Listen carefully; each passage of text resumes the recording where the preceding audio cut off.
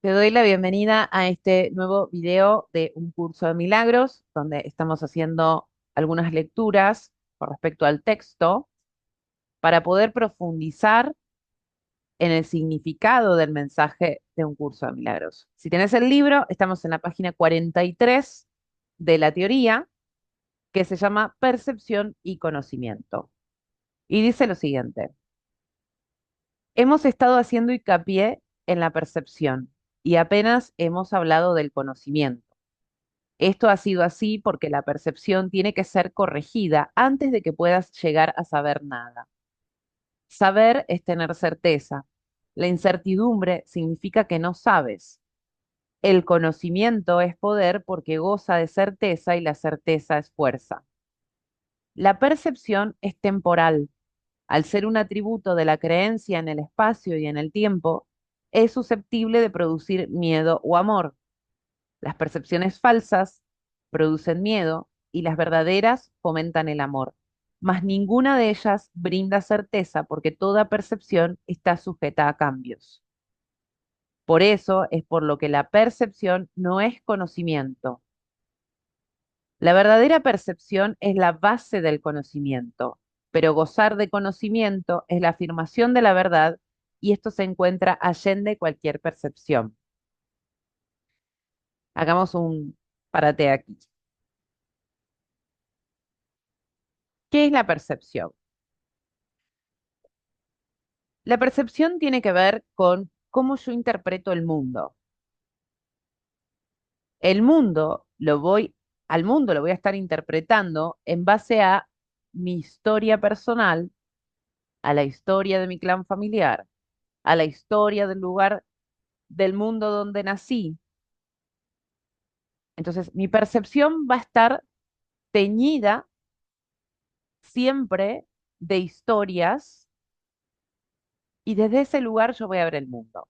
Cuando yo hablo de percepción, siempre traigo el ejemplo de, supongamos que vamos caminando por la calle, vos vas de la vereda de enfrente, yo estoy de esta vereda, los dos juntos, o sea, presenciamos un accidente de tránsito, pero cada uno va a ver ese accidente dependiendo del lugar en el que se encuentre. No es lo mismo verlo de la vereda de enfrente o verlo de esta.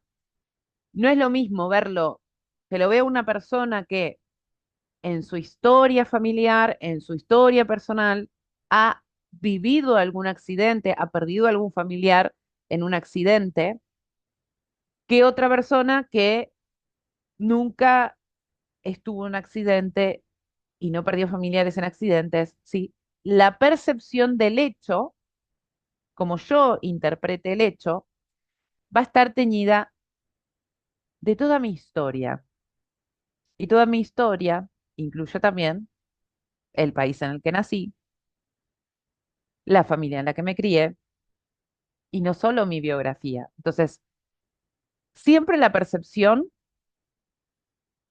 va a ser interpretación. Es como yo interpreto en base a todo lo que tengo cargado en mi mente, ¿sí? En mi sistema de creencias. Entonces, desde ese lugar, yo voy a juzgar y no solo voy a juzgar, desde ese lugar voy a tomar acciones. Quizás si yo estuve en un accidente me paralice y no pueda ayudar. Quizás si yo no estuve en un accidente puedo accionar y colaborar. Entonces, la percepción tiene que ver con una interpretación. Por eso, en el primer video eh, de introducción, cuando hablábamos de mi verdad, tu verdad, la verdad del otro, eso es percepción. Cuando decimos mi verdad, tu verdad, eso es percepción, eso no es verdad. Recuerden que para un curso de milagros, la verdad es aquello que no cambia y aquello que no cambia es el amor. Acá, sin embargo, nos invita a pensar que hay una percepción verdadera, entre comillas, ¿sí? Que hay una percepción que es la base del conocimiento. Podemos llegar a inferir que el conocimiento lo tenemos en nuestro estado puro, es decir, el conocimiento lo tiene nuestro ser, nuestra alma, no nuestro ego. Nuestro ego puede tener esos atisbos de conocimiento, pero que igualmente siguen siendo percepción. Esa percepción La verdadera percepción, dice acá, es la base del conocimiento, ¿sí? Es lo que me va a colaborar para yo acercarme cada vez más al conocimiento. Luego continúa, dice, todas tus dificultades proceden del hecho de que no te reconoces a ti mismo, ni reconoces a tu hermano, ni reconoces a Dios. Reconocer significa conocer de nuevo, implicando que antes gozabas de conocimiento. Es decir, en el origen tenemos el conocimiento, pero caímos en este sueño del que nos habla un curso de milagros, caímos en este sueño, entonces lo que tenemos es percepción. Y reconocer es conocer de nuevo, es decir, poder conocer en el otro la esencia divina, en nuestro hermano, como dice ahí, como dice aquí, no reconoces ni a tu hermano ni reconoces a Dios, ¿sí? Es empezar a reconocer la presencia divina. Y continúa. Puedes ver de muchas maneras debido a que la percepción entraña interpretación. Y eso quiere decir que no es íntegra ni consistente. El milagro, al ser una manera de percibir, no es conocimiento. Es la respuesta correcta a una pregunta. Más cuando sabes, no preguntas. Es decir, si tuviéramos certeza, si tuviéramos el conocimiento, no haríamos preguntas. El primer paso en el proceso de deshacer lo ilusorio es cuestionarlo. El milagro, la respuesta correcta, lo corrige, dado que las percepciones cambian, su dependencia del tiempo es obvia. La forma en que percibes en cualquier momento dado determina tu comportamiento y las acciones solo pueden ocurrir en el tiempo. El conocimiento es intemporal porque la certeza es algo incuestionable. Cuando dejas de hacer preguntas es que ya has alcanzado el conocimiento. Volvamos acá un segundo. La forma en que percibes en cualquier momento dado determina tu comportamiento. Es esto que yo les daba el ejemplo, dependiendo de mi interpretación frente a un accidente o de mi experiencia, de mi biografía o de mi historia familiar o la historia del mundo en el que nací, ¿sí?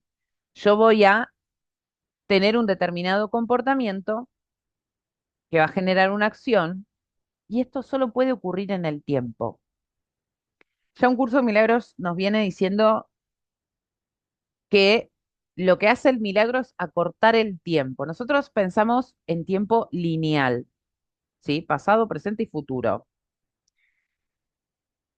Nuestra mente necesita pensar de esa manera y rellenar los espacios vacíos con historias. Es decir, si yo no tengo la historia completa de algo, me la voy a inventar, porque el cerebro necesita tener control, ¿sí?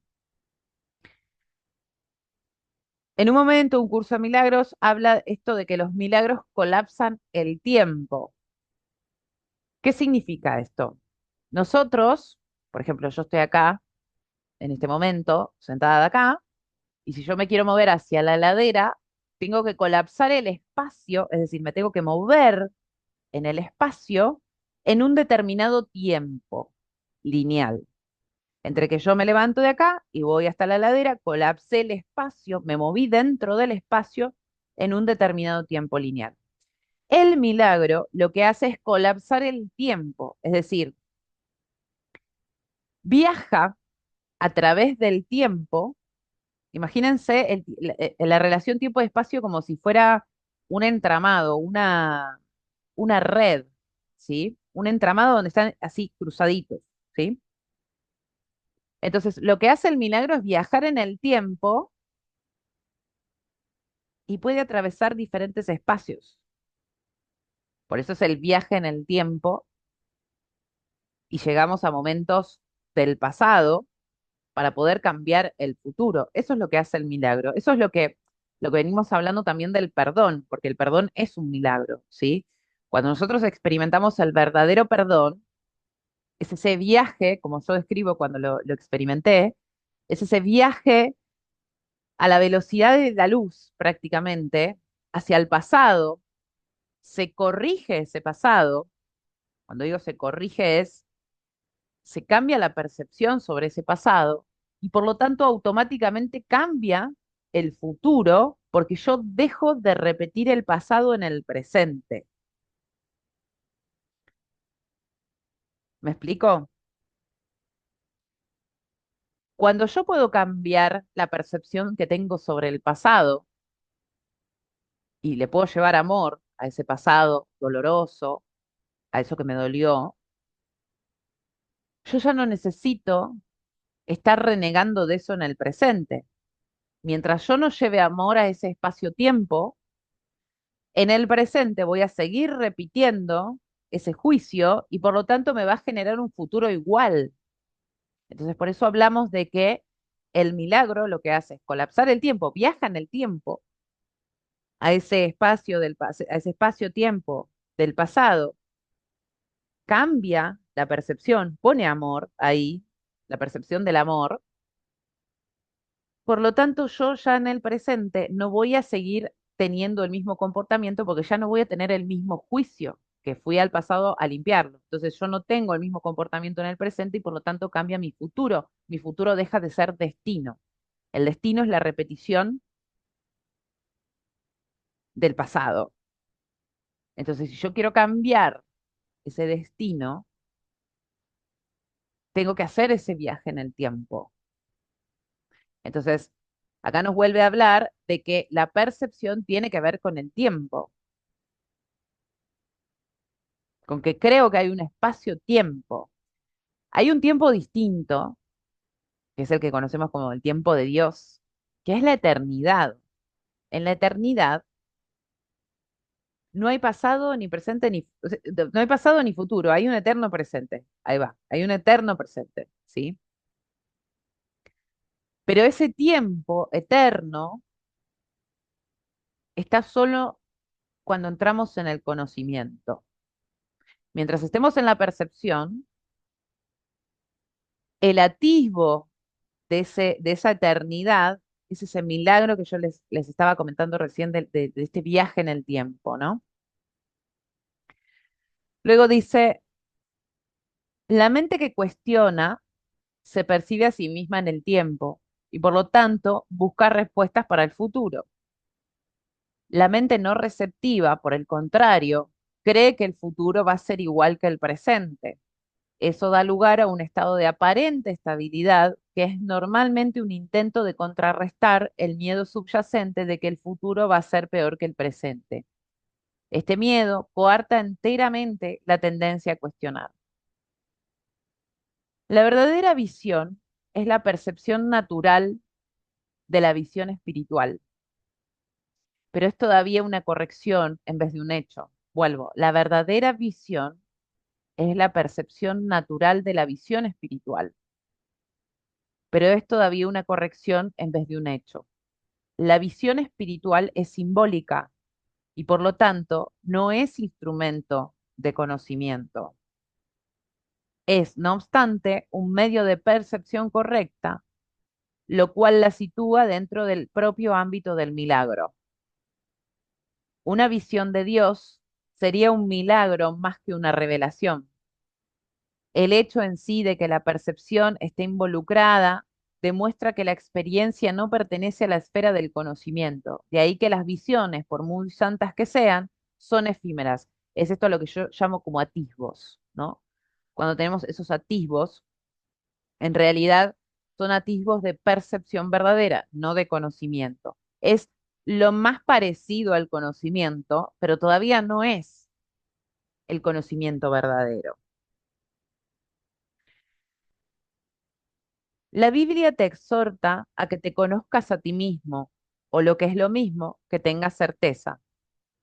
¿Por qué esto de conocerte a ti mismo y qué es lo mismo tener certeza? Porque conocernos a nosotros mismos implica reconocernos como parte de la divinidad y como parte de todo,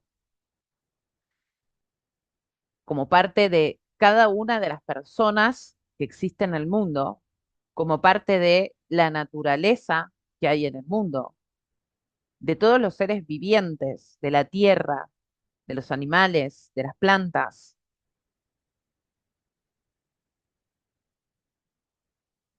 Eso es conocernos a nosotros mismos, darnos cuenta de que pertenecemos a ese todo. Y no solo darnos cuenta, sino tener la certeza. Y acá sigue, dice, la certeza es siempre algo propio de Dios. Cuando amas a alguien, lo has percibido tal como es y esto te permite conocerlo. El amor profundo, el amor verdadero, estamos hablando acá, ¿sí? Hasta que primero no lo percibas tal como es, no lo podrás conocer. Mientras sigas cuestionando lo que Él es, estarás implicando claramente que no conoces a Dios. Mientras sigas cuestionando lo que Él es, estarás implicando claramente que no conoces a Dios. Suena muy bello, ¿no? O sea, como reconocer a Dios en las personas que nos cruzamos en la vida. Y que muchas veces quizás nos parezca fácil esa mirada, siempre y cuando el otro se comporte bien, ¿no? ¿Cómo hacemos para encontrar a Dios en un perpetrador? ¿Cómo hacemos para encontrar a Dios en un ladrón, en un asesino? Ahí está la chamba, diría un amigo mío mexicano, porque esos también están dentro de la afiliación, esos también pertenecen a la unicidad. Entonces es muy fácil el trabajo espiritual siempre que lo apliquemos con las personas que queremos, con las que nos llevamos bien. Ahora, el trabajo verdadero, el trabajo complejo, es encontrar a Dios en aquellos a los que juzgamos. Por eso dice, cuando amas a alguien lo has percibido tal como es, y esto te permite conocerlo. Hasta que no lo percibas tal como es, no lo podrás conocer. Mientras sigas cuestionando lo que Él es, estarás implicando claramente que no conoces a Dios. Dios también está en esas personas que mencioné. La certeza no requiere acción.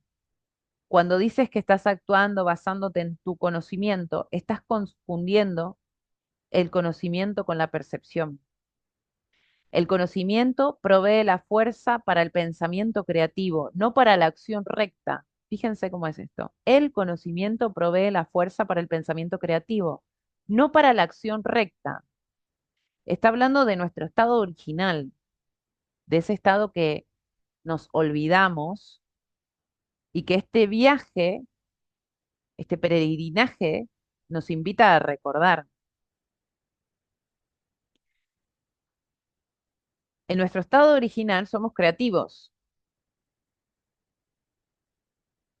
pero acá tenemos que hacer, tenemos que hacer acción recta, ¿sí? La percepción, el milagro y la acción están estrechamente vinculados. El conocimiento es el resultado de la revelación y genera solo pensamiento. La percepción, aún en su forma más espiritualizada, incluye el cuerpo. El conocimiento procede del altar interno y es intemporal porque goza de certeza. Estamos hablando de nuevo de esto que les mencionaba, de la eternidad, ¿no? Del tiempo de Dios. Por eso es intemporal. No es lo mismo percibir la verdad que conocerla. Una percepción correcta es necesaria antes de que Dios pueda comunicarse directamente con sus altares, los cuales Él estableció en sus hijos. En dichos altares es donde Él puede comunicar su certeza y su conocimiento inevitablemente brindará paz. Dios no es un extraño para sus hijos, ni sus hijos son extraños entre sí. Acá estamos, otra vez, el concepto de somos uno, estamos todos unidos, ¿sí? El conocimiento precedió tanto a la percepción como al tiempo y finalmente los reemplazará. El conocimiento precedió tanto a la percepción como al tiempo y finalmente los reemplazará. Es decir, es el origen y es el final, el conocimiento. En el medio estamos dentro de este sueño de percepción. Ese es el verdadero significado de el alfa y la omega, el principio y el fin, y de antes de que Abraham naciese, era yo. Fíjense cómo es. Cuando Moisés le pregunta a Dios el nombre, porque igual, a ver, Dios no es el nombre, Dios es un concepto que vino bastante después con los griegos. Fíjense que de hecho el Dios arquetípico que tenemos en nuestra mente, instalado por la iconografía, por las pinturas, por las esculturas, por un montón de cosas, es muy similar a Zeus, ¿sí? El concepto Dios no existió en la Biblia hasta que existe la filosofía griega. Pensemos que el escrito del Antiguo Testamento es bastante antiguo, como les decía en el primer en uno de los videos, no me acuerdo si en el primero, pero en uno de los videos tiene que ver con los sumerios, que son la primera civilización eh, de momento, eh, que la que inventó la escritura, ¿sí? El Antiguo Testamento está escrito en origen, si se quiere, en hebreo, aunque en realidad en origen es sumerio. Varios mitos del Antiguo Testamento es el lenguaje sumerio. Pero el Antiguo Testamento es hebreo, está en hebreo, ¿verdad? Y cuando Moisés le pregunta el nombre a Dios, Dios responde, yo soy el que soy. En algunas traducciones es, yo soy el que soy, yo soy el que seré. No tiene nombre. Dios simplemente es. Yo soy el que soy, dice. Incluso la palabra Yahvé tampoco existe. Está conformada por las letras en hebreo, que son, desde el punto de vista de la Torá, son conceptos, son características de este todopoderoso, ¿sí? De esta energía todopoderosa o este ser superior. Entonces, fíjense cómo es que dice, antes de que Abraham naciese, era yo. Yo soy el que soy. Entonces a Dios no se lo puede definir. Estamos usando palabras para hablar de algo mucho más grande que las definiciones que podemos dar. Entonces, volvemos. El conocimiento precedió tanto a la percepción como al tiempo, es decir, el conocimiento existía antes y finalmente va a reemplazar la percepción, ¿sí? Ese es el verdadero significado del alfa y la omega, el principio y el fin, y de antes de que Abraham naciese era yo. La percepción puede y debe ser estabilizada, pero el conocimiento ya es estable. Teme a Dios y observa sus mandamientos, pasa a ser conoce a Dios y acepta su certeza. Teme a Dios y observa sus mandamientos, pasa a ser conoce a Dios y acepta su certeza. Fíjense, como les decía antes, el Antiguo Testamento está escrito en hebreo y, por supuesto, eh, los libros, los evangelios de la Biblia fueron cuidadosamente seleccionados, revisados, quitado cosas, puesto otras. durante todos estos siglos, desde que existen esos escritos, ¿no? En la Biblia completa, el Antiguo Testamento no solamente, sino en el Nuevo también. Cuando habla del temor a Dios, porque queda mucho esta imagen en el colectivo, en el inconsciente colectivo, de ese Dios ante el Antiguo Testamento que era, se enojaba, que era celoso y que, bueno, todas esas palabras. Sí, esas palabras, si profundizamos en el estudio de la Biblia, por ejemplo, la palabra temor en hebreo significa respeto, significa asombro, no tiene nada que ver con un miedo. Entonces, cuando habla del temor a Dios, está hablando del respeto y observar los mandamientos tiene que ver con un traerlos y practicar esos mandamientos, ¿sí? Porque esos mandamientos son la certeza de Dios, que es lo mismo que decir que es el conocimiento de Dios. O sea, yo para entrar en ese terreno sagrado del conocimiento, tengo que respetar y observar. Observar es traer adentro mío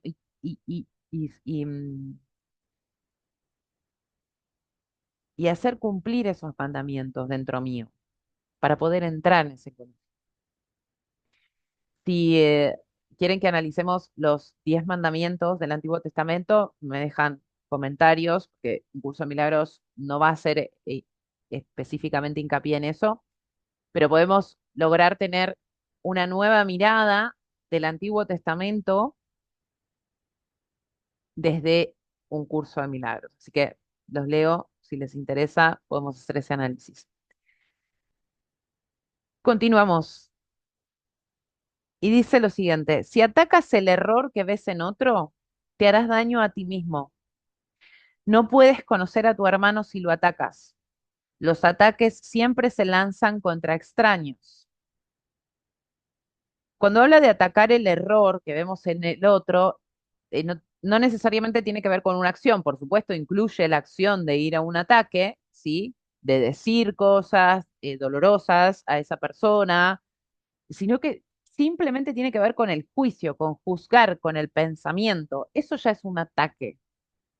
Entonces, si atacas el error que ves en otro, si juzgas a otro, te vas a hacer daño a vos mismo, es lo que nos está diciendo. ¿Por qué? Porque cuando yo ataco, cuando yo juzgo al otro, el único que se encarcela soy yo. Al otro no le llega lo que yo pienso de él, ni siquiera si tomo una acción sobre eso. El otro no va a entender lo que a mí me pasa con él, con ese error que cometió. Entonces, la única que se encarcela soy yo. Por eso más adelante, en una de las lecciones, que para mí es de las más bellas que tiene un curso de milagros, va a decir, libero al mundo de todo lo que alguna vez pensé que era, porque todos mis juicios están encarcelando al mundo. Cuando digo mundo, estamos hablando, llevarlo a la persona, a la situación específica, más pequeña, porque el mundo a veces suena muy grande. Si libero, supongamos que es con mamá, con papá, como veníamos hablando en algún otro video. Te libero, mamá, de todo lo que alguna vez pensé que vos eras. Te libero, papá, de todo lo que alguna vez pensé que vos eras. Fíjense si no es muy sanador. ¿Por qué? Porque ahí estoy sacándolos de la cárcel que les puse adentro de mi mente y que la única que se encarceló fui yo.